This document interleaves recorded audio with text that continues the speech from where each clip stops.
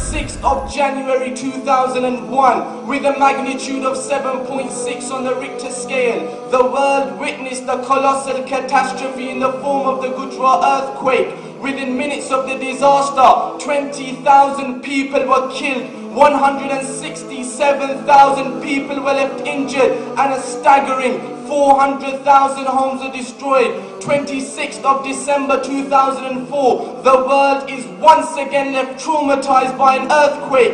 This time, the magnitude is 9.1. This time, the earthquake is so severe that it shook the entire planet 1 centimeter from its axis. This time, it's the Indonesian earthquake or the tsunami. This time, 230,000 people are killed instantaneously across 14 different countries. 8th of October 2005, the world is once again left shocked by an earthquake. Kashmir, it's a Saturday. Students are in school just like every other Saturday. A disaster strikes in the form of a 7.6 earthquake. Within minutes, the area is transformed from a peaceful region to a pool of dead bodies, totaling in excess of 75,000 individuals. Entire towns and villages are wiped out at once by this disastrous devastation. 11th of March 2011, and I'm talking just a few months back, the Japan earthquake. The world is once again shocked as the disturbance sends waves of up to 38.9 meters high, sweeping through Japan, destroying 125,000 buildings in the process. The earthquake rates 9.1 on the Richter scale. The death toll is 15,093. But do not get me wrong, my brothers. My intention, my purpose, my objective of standing before you today is not to inform you of some figures and some facts. It's not to portray some numbers or some stats. Rather, is to make each and every one of us understand, is to make each and every one of us comprehend, is to make each and every one of us realize the similarities between these incidents, the similarities between these disasters, the similarities between these catastrophes. What's the common factor? What's the common feature? What can we deduce from these heart-rending, tear-jerking, agonizing events? Let's answer this question with another question. Did the 630,000 individuals killed by these chaotic catastrophes have any idea that their time is up? Did they wake up in the morning knowing it's the last day of their lives? Did they go to school or work aware of what their day would bring to them? The simple answer is no, because death is a phenomenon that is unexpected and unpredictable. Every next moment could be our last. One can be sleeping, eating, walking, talking, studying, exercising, dressing, shopping, bopping, playing, relaxing, chillaxing, working or enjoying his life, and before he knows it, his time is up. Take the example of Nicholas Fur, the footballer. He comes on as a sub for Benfica. He makes the assist for the only goal of the game. The world is watching. It's a football match being broadcast on live television. He's only 24 years of age. The match is near its finish. He makes a tackle and receives a booking. As the yellow card is shown to him, he ruefully smiles at the ref and then turns around to get back to the action. All of a sudden, he bends forward and then falls flat on his back.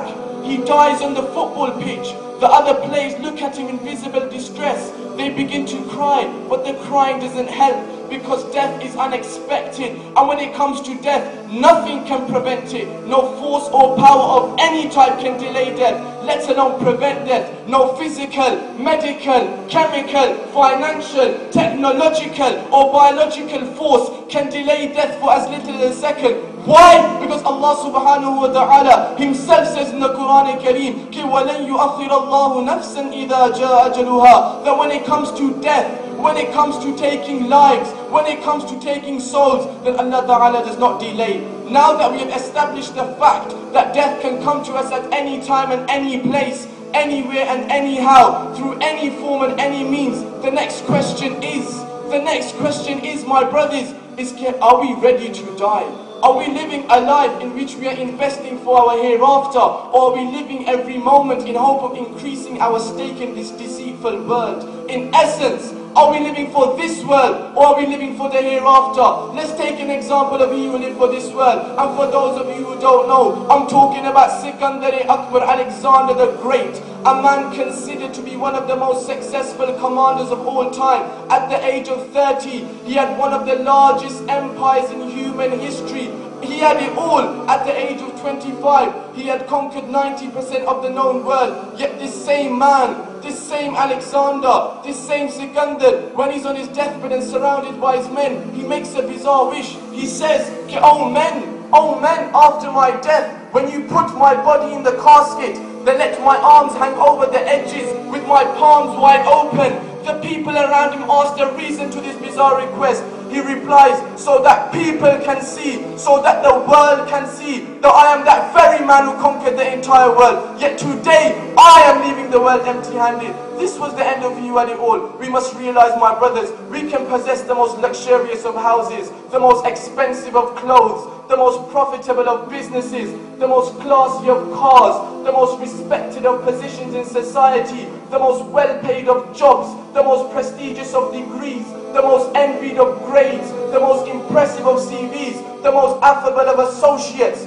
the most ecstatic of happiness, the most safe of security, and the most stunning of wives. But when the time of death comes, then all of these things will remain behind, and only our good deeds will remain with us. Why? Because the Prophet ﷺ is reported to have said in Bukhari by Hazrat Anas radiallahu ta'ala an, كِ يَتْبَعُ الْمَيِّتَ ثَلَاثًا أَهْلُهُ وَمَالُهُ وَعَمَلُهُ فَيَرْجِعُ اثْنَانِ وَيَبْقَى وَاحِدٌ يَرْجِعُ أَهْلُهُ وَمَالُهُ وَيَبْقَى أَمَلُهُ. That when a person leaves this world, then only his good deeds will remain with him. And the Sahaba radiallahu ta'ala anhum ajma'een, they properly understood this. They properly understood this message. That's why they didn't live for this